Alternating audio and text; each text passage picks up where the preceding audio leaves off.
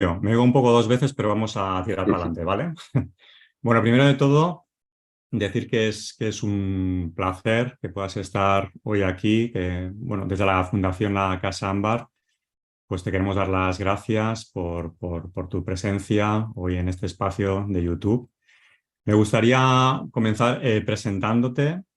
Yo creo que seguramente ya hay personas aquí que te conocen, pero me gustaría empezar diciendo que has sido economista, político, en este caso vicealcalde de Sevilla, profesor universitario y escritor de más de 70 libros, que se dice pronto, pero fue a través de un accidente y la vivencia de una experiencia cercana a la muerte la que provocó un giro en tu vida y a partir de ese suceso decidiste poner tu energía, tu vocación al servicio de los demás, acompañando procesos espirituales de transformación y consciencia para todas aquellas personas dispuestas, esto lo cogí de una web que me gustó mucho, para todas aquellas personas dispuestas a escucharte sin prejuicios y con la mente abierta.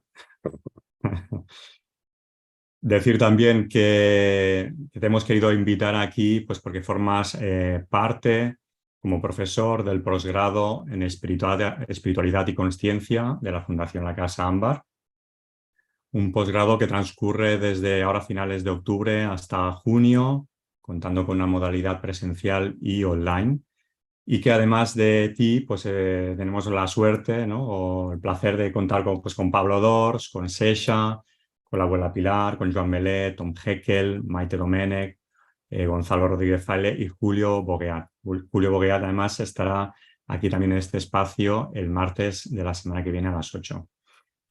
Y que además vas a impartir un tema que a mí me parece como muy interesante, también pues por la situación, ¿no? Le encontramos el contexto cultural en el que estamos aquí, pues en España, ¿no? Que vinimos de la religión católica. Y te vas a tratar el tema de la sabiduría de Jesús de Nazaret, el significado de su dimensión crística y sus enseñanzas para la práctica de la vida individual y el camino colectivo, ¿vale? Del cual también estás preparando un libro.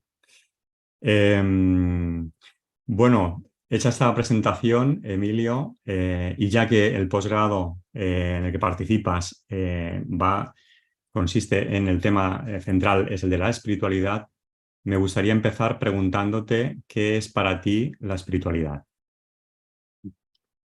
Antes que nada, permíteme, Jordi, que te agradezca este encuentro, tanto a ti como a todas las personas que se suman al mismo.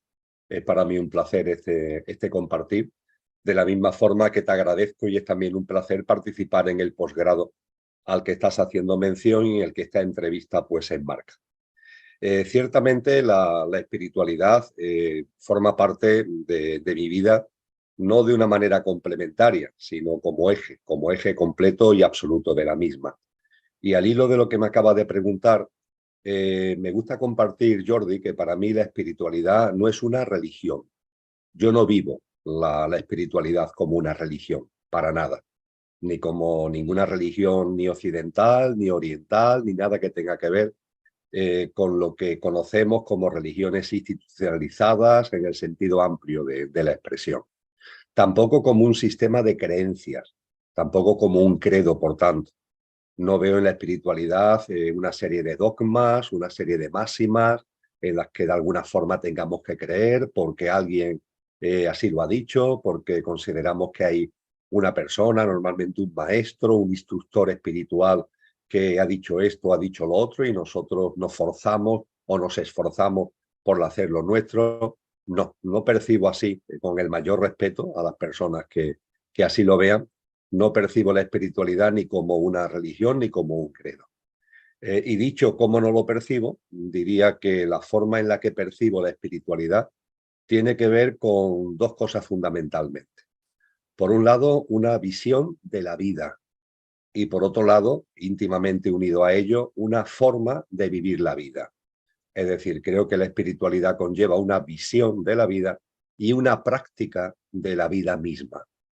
La visión espiritual de la vida, tal como la percibo, tiene que ver con ver la vida y la existencia, por supuesto, en todas sus plasmaciones, también la vida humana y la vida de cada uno, más allá de lo que podríamos denominar la apariencia, más allá de lo superficial y más allá de lo material, identificando en uno mismo y en los demás seres humanos una dimensión que no solamente es la perecedera, efímera, pasajera de nuestro componente físico, emocional, mental, la personalidad, en mi caso el Emilio de turno, ¿no? La personalidad a ello asociada, sino que percibe en la vida y en la vida de cada uno y de los demás un componente imperecedero, un componente que no es pasajero, un componente que no es efímero, un componente que no tiene que ver con el estar, que sería la apariencia, sino con el ser, que constituye nuestra verdadera esencia y constituye, por tanto, lo que auténticamente somos.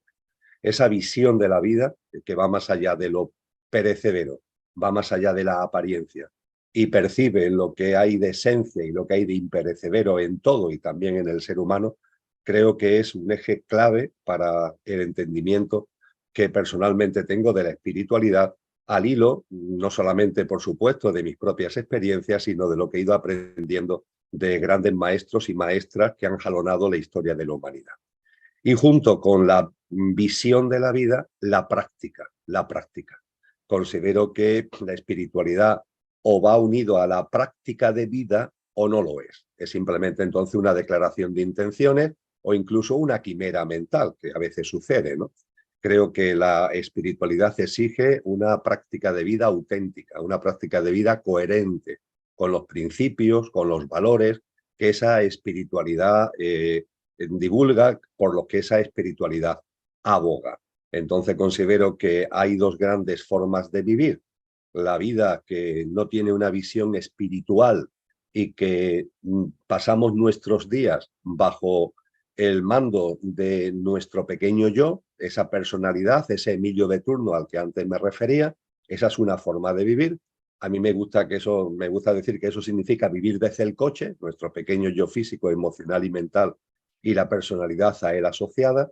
Y otra manera distinta, que es la que procuro modestamente llevar a mi día a día, es vivir no desde el coche, sino desde el conductor, es decir, desde lo que siendo imperecedero encarna en el coche perecedero para vivenciar la experiencia humana, dándole al conductor el nombre que cada uno quiera dar.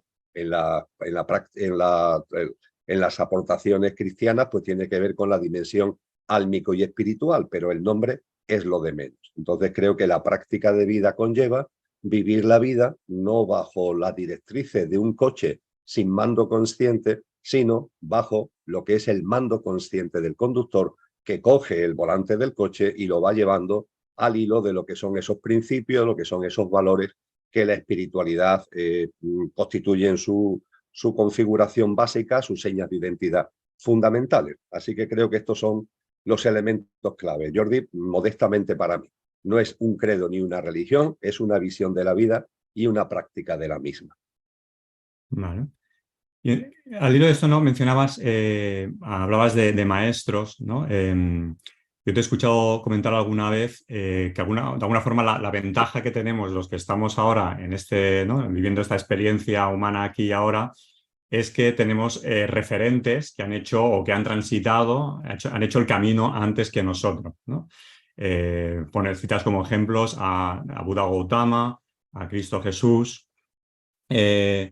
Hablas de que ellos de alguna forma ya nos dejan como un mapa, ¿no? Un mapa, un camino que ellos han transitado antes y nos lo dejan a la humanidad, ¿no? Como referente. Entonces, de alguna forma, ¿dónde se encuentra este mapa? Cuando tú hablas de mapa, ¿dónde está ese mapa? ¿Y cuál sería como el primer paso? Entiendo que esto es un tema como amplio y extenso, pero ¿cuál sería el primer paso o ese punto de arranque de ese mapa del que quiere ahondar en la dimensión espiritual o hacer un camino? Ciertamente, a lo largo de la historia de la humanidad ha habido grandes mujeres, ha habido grandes hombres que podemos calificar como maestros y que con sus enseñanzas, con sus obras y con su vida nos han dejado todo un gran legado que constituye precisamente parte de eso que tú haces referencia, ¿no? Acerca del mapa. Y creo que en estos momentos tenemos que poner en valor la gran facilidad que tenemos para acceder a esas enseñanzas y a esa sabiduría. Es decir, las tecnologías, con todo lo que implican, son un éxito de la evolución en conciencia de la humanidad. Personalmente no tengo ninguna duda que toda la revolución científica y tecnológica en la que estamos absolutamente inmersos tiene que ver precisamente con la evolución en conciencia de la humanidad. Cosa distinta es el uso que le damos a las tecnologías, porque las tecnologías, obviamente, en libre albedrío, pueden ser usadas para el mero entretenimiento, para la distracción, incluso para el atontamiento y la reclusión interna a través de enfatizar lo virtual y lo artificial. Esa es una manera de utilizar las tecnologías, pero otra manera de utilizar las tecnologías es como vosotros, desde la Fundación Casa Ámbar, por ejemplo, hacéis con este posgrado, es decir, algo que como son las tecnologías que vienen de la evolución en conciencia, ponerlo al servicio de la conciencia.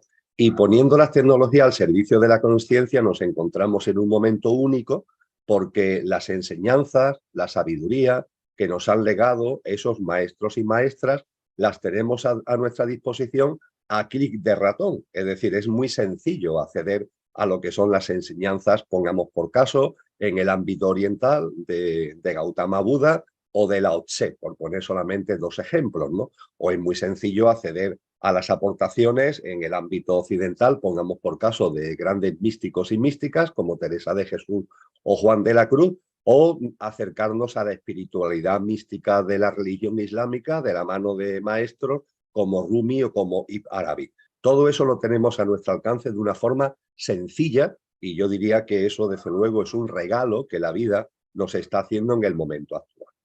Cuando acudimos a esos maestros y maestras, ciertamente cada uno tenemos, entre comillas, vamos a llamarle así, nuestras opciones preferentes.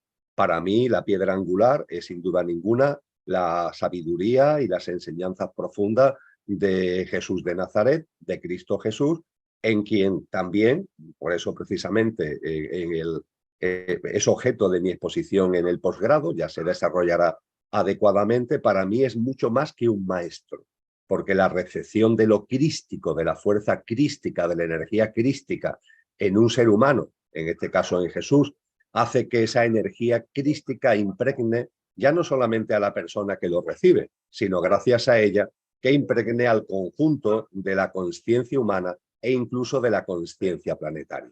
Con lo que dentro de los maestros hay alguien que para mí es mucho más que un maestro, es todo un evento, es todo un hito histórico, que es la figura de Cristo Jesús. Pero junto a Cristo Jesús, sin ningún tipo de dudas, hay un listado a continuación de maestros en los que también creo que hay que darle su sitio al ya citado Buda Gautama.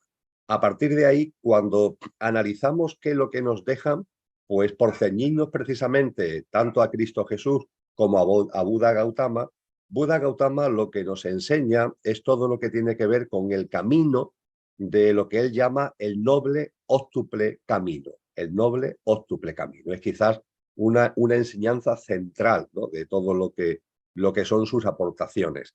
Y el noble óctuple camino tiene que ver con la consciencia, que a menudo es mal traducida cuando se hacen ediciones de libros budistas al castellano, porque se le suele llamar el camino correcto y se le suele llamar también la acción correcta. Yo diría que el noble óctuple camino va más unido a lo consciente que a lo correcto. Y es una forma de vivir en consciencia. Es una forma de vivir el día a día, cada instante de nuestro día a día, desde el punto de vista de nuestro físico, de nuestro mundo energético, de nuestro mundo emocional, de nuestro mundo mental, de nuestras acciones cotidianas, vivirlo de una forma consciente, una acción correcta que no sea parte de nosotros, manteniendo siempre, por decirlo en una terminología muy actual, la vibración más alta, la vibración más sutil, la vibración más amorosa, donde la ternura, donde la empatía, donde la compasión, donde en definitiva el amor en el sentido amplio del término nos impregne nuestra cotidianidad e impregne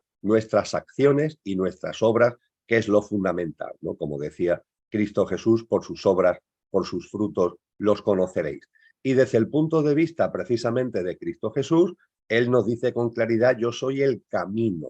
Eso de yo soy el camino no hay que entenderlo evidentemente con ninguna fórmula de arrogancia, ¿no?, sino que entender que precisamente la encarnación crística en un ser humano, las enseñanzas y la sabiduría que desde esa encarnación crística se nos lega, se nos enseña y se nos muestra, pues marca una manera de propiciar la autotransformación, porque tanto el meollo del noble Camino como de las enseñanzas de Jesús es la autotransformación.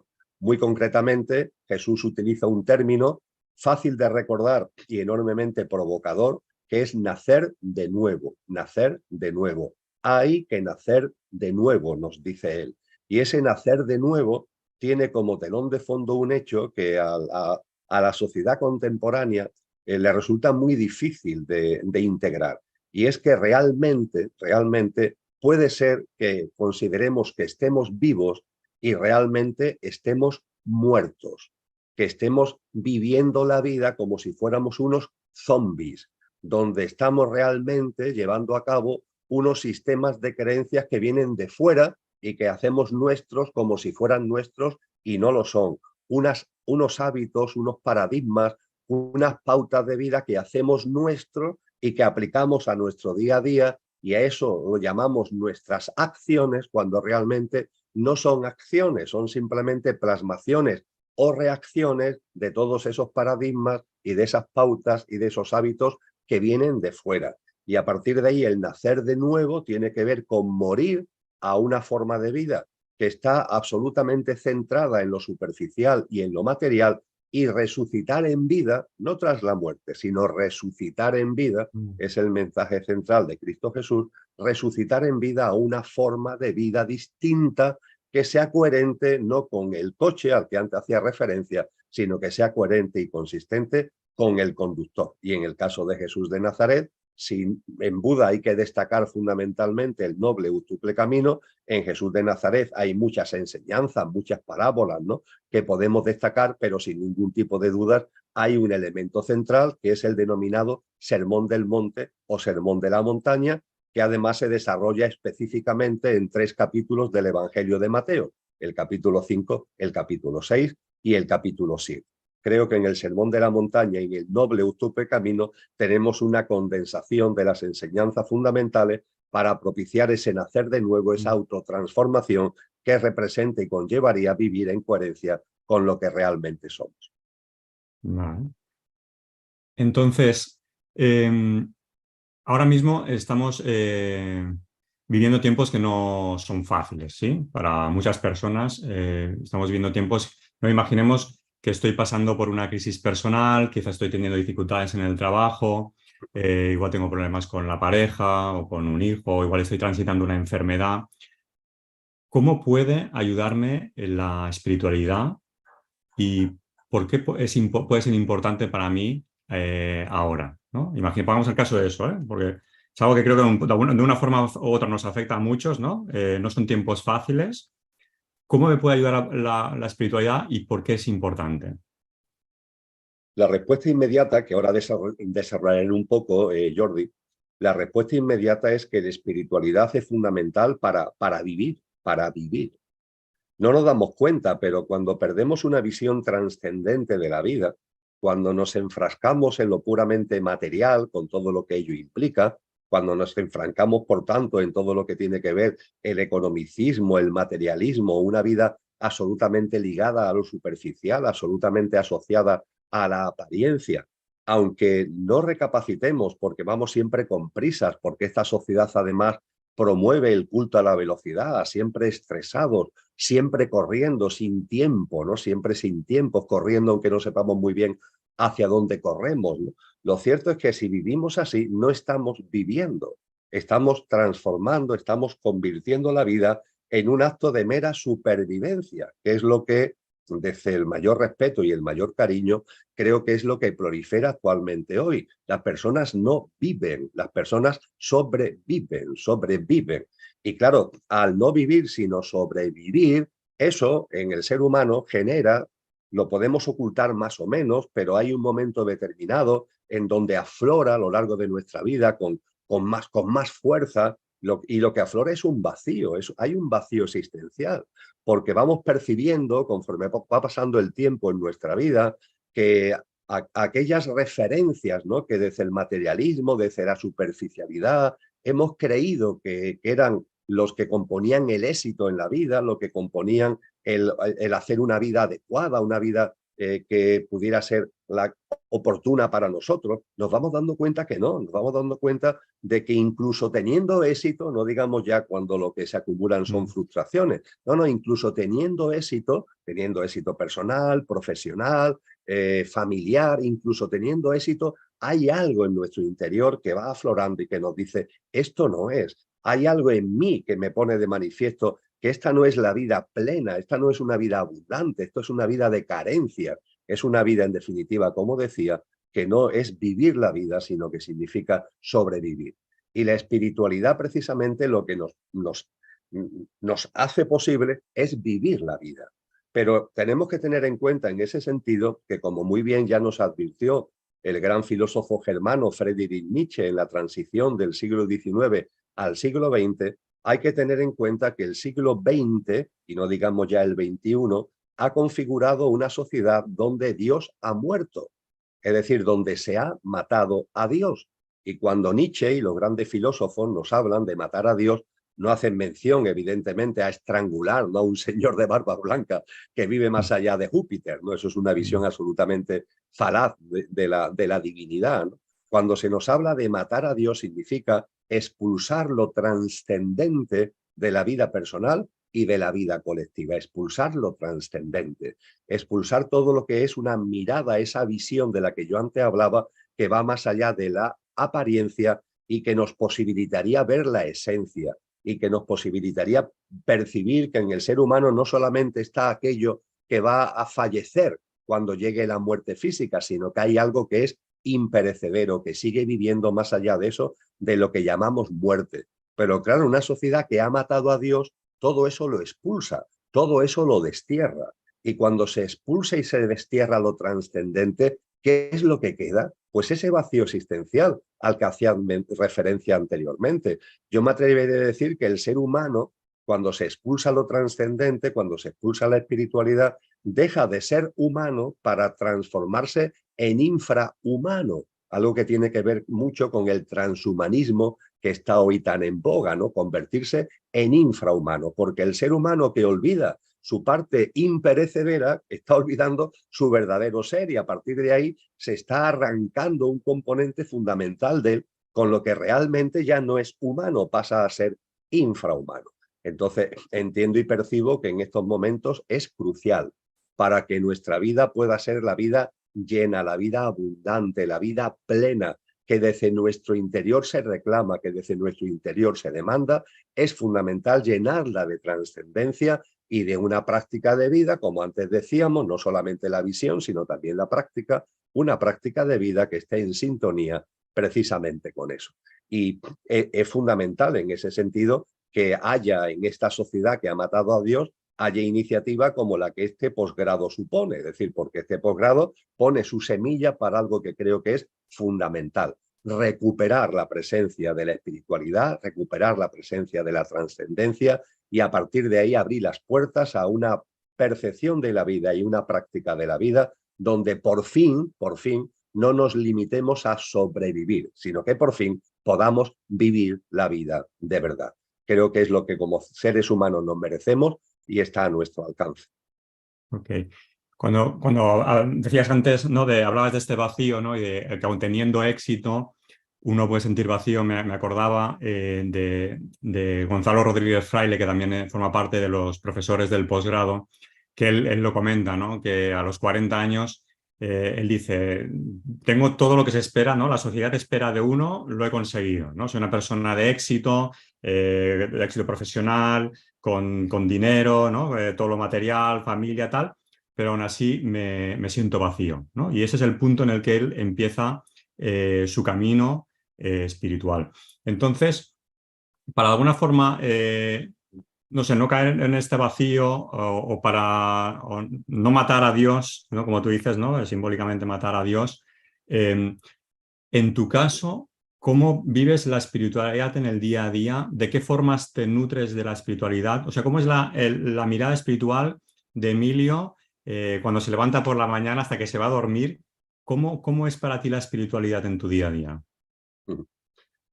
Ciertamente, esa reacción interna que conlleva y que ha implicado que muchas personas, ha sido también mi caso, de vivir de una manera muy material, muy superficial, demos un giro muy importante, un giro fundamental en nuestra vida, tiene como gran pilar comúnmente, es decir, lo más usual, y eso creo que todos somos conscientes, no es el éxito, no son los días luminosos, por decirlo de alguna manera, son las noches oscuras. Es decir, Mm, son episodios en la vida que nos rompen, ¿no? Episodios en la vida que provocan un terremoto.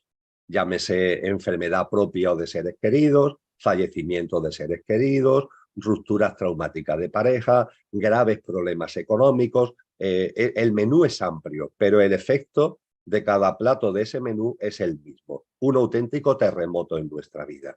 Y mira por dónde ese terremoto, siendo tremendo desde luego, nos lleva a plantearnos cosas que antes no nos planteábamos, a preguntarnos cosas que antes no nos preguntábamos, a acercarnos a personas que antes no nos acercábamos, etcétera, etcétera, etcétera. Es el papel de las noches oscuras que tan maravillosamente, por ejemplo, glosa Juan de la Cruz en su poema precisamente titulado Noche Oscura.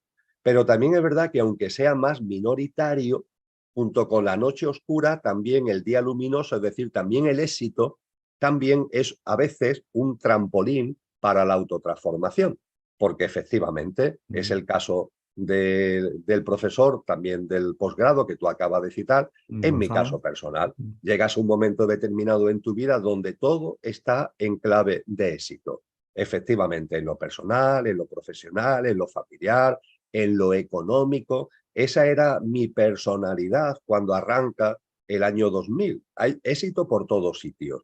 Y a partir de ahí, sin embargo, algo que hay dentro que va como creciendo y que pone de manifiesto que esto no es el neti neti, ¿no? Que también nos han hablado en la mm, espiritualidad fundamentalmente oriental. Esto no es, esto no es. mm, Esto no me está reportando todo lo que yo consideraba que me iba a reportar. Hay carencias, y no son carencias materiales, son carencias existenciales, ¿no?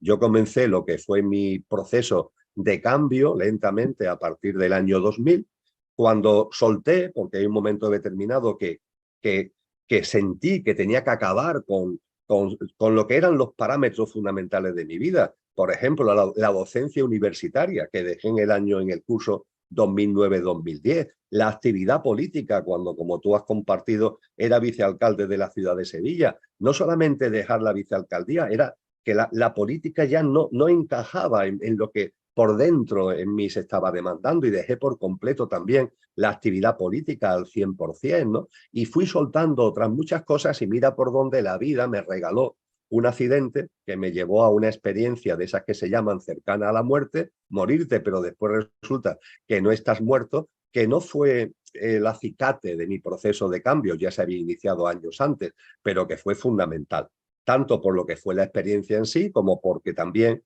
el proceso de recuperación duró prácticamente un año, en la que estuve forzado a estar en casa, a guardar mucha cama, a estar en una vida con mucho reposo, y eso, todo lo que venía ya recorriendo y ese camino que me había llevado a soltar, lo afianzó. Y cuando ya me pude recuperar y volver a la vida, vamos a llamarle normal, tenía absolutamente claro que esa vida normal para mí no tenía otra razón de ser que lo espiritual y lo trascendente. Y no entendido solo como una mirada interior, que por supuesto, ¿no? La mirada de autotransformación, la mirada de introspección y de silencio, el encuentro con el ser que soy, la práctica de la meditación, sino también la acción, porque lo interior nos han enseñado en esto los maestros, son absolutamente claros. El ejemplo de Buda Gautama y de Cristo Jesús que hemos citado son emblemáticos al respecto. Lo interior tiene que ir acompañado y en equilibrio con la acción exterior, con la acción consciente en el exterior. Y eso es, Jordi, modestamente lo que yo intento llevar actualmente en mi día a día. En mi día a día hay una práctica de encuentro, una práctica de silencio, que la suelo desarrollar porque es la que más se adapta a mi biorritmo, ¿no? Cada uno tenemos nuestro biorritmo. Yo siempre he sido una persona madrugadora, sin embargo, no soy nada noctámbulo. Cuando el día se va acabando, pues ya las pilas se me van también agotando. Sin embargo, soy una persona muy madrugadora. Entonces, para mí, esas horas de la mañana, que no son todavía de luz del día, que el día todavía no ha amanecido, que la naturaleza está ahí como empezando en ese momento el punto de inflexión para arrancar el día. Ese tiempo, esa hora y media, es el momento de la mirada interior, es el momento del silencio, es el momento de la meditación, es el momento del encuentro con respiración consciente, con no buscar nada, ¿no?, en lo que la práctica meditativa es, pero sí buscar esa puesta en valor de lo que está ahí como esencia, y a veces en el día a día se nos escapa porque estamos demasiado pendientes de la apariencia.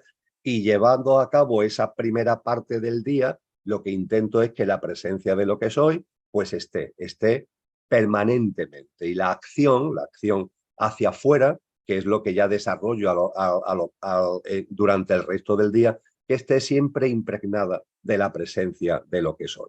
Creo, por tanto, que hay que afianzar el ser en lo que es nuestra vida, afianzar ese ser imperecedero, y a partir de ahí vivir el estar cotidiano, la vida que nos va llevando a multitud de vivencias, experiencias, etcétera, todas muy importantes. La mente lo puede calificar a una de más importante, de menos importante. Todas las vivencias y experiencias de la vida son muy importantes, y que desde el ser todas esas vivencias del estar estén impregnadas de la presencia de lo que somos. Es lo que modestamente intento llevar a cabo, y es lo que intento plasmar en una vida que me vaya llenando, y creo que actualmente es así, por lo menos así lo percibo, de esa plenitud que antes no tenía con el éxito personal, familiar, profesional, etcétera, etcétera.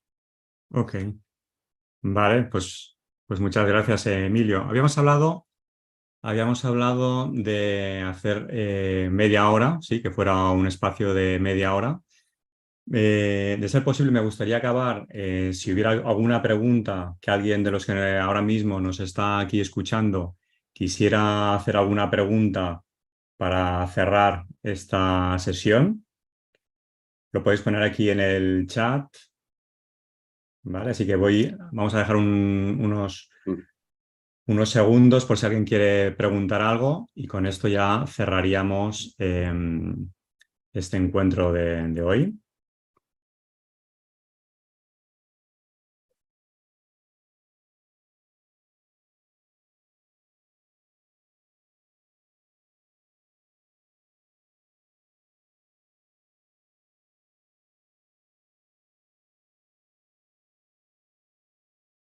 Bueno, de momento parece que no hay ninguna pregunta. Eh, a mí sí que me surge como una última pregunta, ya que hablabas, ¿no? Cuando yo te preguntaba, ¿no?, cómo te nutres o qué haces en tu día a día sí, para nutrirte de la espiritualidad, y hablabas, ¿no?, que te levantas pronto, que haces práctica meditativa. Muchas veces cuando nos encontramos con la práctica meditativa, me pasa, ¿no?, o me ha pasado a mí y a otras personas con las que hablo, es que a veces es como difícil mantener esa práctica, ¿no? Es como fácil estar un tiempo y luego pues la vamos como dejando, ¿no? Se va quedando ahí como un lado, aun sabiendo que es algo que nos sienta bien. No sé, algo que puedas compartir que te ha sido de ayuda a ti para mantener una práctica diaria continuada en el tiempo. Compartíamos, Jordi, que lo importante de poner en valor el ser que somos, es que impregne nuestro estar. Esa es la clave. De poco serviría, entiendo yo, que por la mañana tempranito fuéramos capaces de alguna forma de conectar con el ser que somos, pero que terminada esa práctica, vamos a llamarle meditativa, a lo largo del día nos mantuviéramos en modo estar, sin estar impregnado ese estar, valga la redundancia, por el ser. Quiero decir con esto que considero que es clave que la meditación, con lo que implica de presencia de lo que somos, vaya desarrollándose, vaya plasmándose, vaya su fragancia llenando nuestro día a día. Y en ese sentido, comparto lo siguiente. Yo no tengo una pauta obligada de meditación por las mañanas, es decir, no me pongo el reloj para estar no sé cuánto tiempo. Depende de lo que es mi propia necesidad de ser, mi propia necesidad interna. Porque lo que he ido aprendiendo es que lo importante es que lo que vaya desarrollando en el día a día también esté impregnado de la propia práctica meditativa. Me explico mejor. Puedes estar desayunando y desayunar meditativamente, o haciendo el desayuno y hacerlo meditativamente. Puedes estar en tu actividad cotidiana del día a día, incluso, por ejemplo, en la actividad laboral, y que haya una presencia de lo que realmente somos. Puedes moverte y desplazarte en el día a día, en los transportes públicos, en el transporte propio, y que la presencia de lo que eres esté ahí. A la hora de relacionarte con los demás, esa presencia es fundamental. En mi caso, hace ya 2 años que, bueno, por circunstancia ya de la edad, pues llegó el momento de la jubilación. Ahora me he descargado de muchas actividades que antes desarrollaba ligadas a lo que es la actividad laboral, los desplazamientos de la actividad laboral, los encuentros de la actividad laboral. Todo ello ha ido quedando en un contexto mucho más reducido y tengo más tiempo pues, para llevar a cabo actividades que tienen más que ver con mis dones y mi talento. Pero pongo, por ejemplo, porque tú lo citaste al principio, el tema de la escritura, ¿no? De escribir textos. Para mí, escribir, hoy precisamente, Jordi, sale un libro editado por una editorial catalana, por una editorial de tu tierra, Editorial Consciente, un libro que acabo de publicar, que sale hoy, que es el universo según la astrofísica y la espiritualidad. Pues bien, cuando yo leo astrofísica, intento que esa lectura de astrofísica sea meditativa. Cuando me acerco a un tema o a otro, cuando estoy dando al teclado, intento hacerlo de un modo que no sea la mente externa la que coja el mando, sino que la presencia de lo que yo soy sea el que está ahí, lo que está ahí siempre como directriz, que sea siempre la luz que todo lo llena. Quiero decir, por tanto, con esto, y termino, que creo que no tenemos tanto que empeñarnos en una práctica meditativa, bien por la mañana, bien por la tarde, bien por la noche, ¿no? E incluso cuando percibimos que hay algo en nuestro interior que nos reclama dedicar a eso menos tiempo, no, por temas como lo metemos en la agenda, ¿no? Lo convertimos en un esfuerzo más del pequeño yo, de nuestro ego. Ojo con esto, ojo con esto. Yo creo que la meditación debe estar presente en la persona, que tenemos que ser flexibles sobre la dimensión, sobre la envergadura que la práctica meditativa tiene en nuestro día a día, si es todos los días, cuánto tiempo es, si es varios días a la semana, ser flexibles si percibimos que ahora es más o ahora es menos, estar atento a lo que son los requerimientos de nuestro ser en ese sentido, y lo que es la clave es que lo que la meditación muestra, lo que el encuentro interior muestra, procurar que tenga presencia en nuestro día a día. Que nos estemos cepillando los dientes y mientras que nos cepillamos los dientes estemos en el aquí y ahora del momento presente. Que cuando estamos en conversaciones, aunque sean intrascendentes, mantengamos la atención plena a aquello que estamos escuchando, a aquello que estamos dialogando y compartiendo. Es esa presencia la que yo pongo en valor y la que intento que esté muy, muy, muy clara, muy, muy en presencia en todo mi día a día. Pues esto me parece como algo muy interesante, ¿no? Para acabar esta charla, ¿no? Porque a veces no parece como, ¿no? Que hacemos la meditación y luego ya acabo de meditar, ya he hecho mi tiempo y luego parece que hay como una desconexión, ¿no? A veces nos desconectamos, ya está, ya he hecho mi meditación y ahora vuelvo a mi locura, ¿no? Y es como, no, vamos a impregnar, ¿no? Vamos a poner esa presencia también, ¿no? Esa actitud, ¿no? De la práctica meditativa, vamos a extenderla o vamos a traspasarla a todo lo que hago, ¿no? Me parece como muy interesante. Bueno, Emilio, muchas gracias por tu tiempo, por tu presencia aquí. Te lo agradecemos desde la Casa Ámbar y qué bien poder contar contigo en el posgrado de Espiritualidad y Consciencias para todavía saber más. Bueno, muchas gracias y estamos en contacto. Un saludo, Emilio. Muchas gracias, Jordi. Un abrazo muy fuerte a ti y a todas las personas que nos acompañan. Muchas gracias. Gracias, muchas gracias.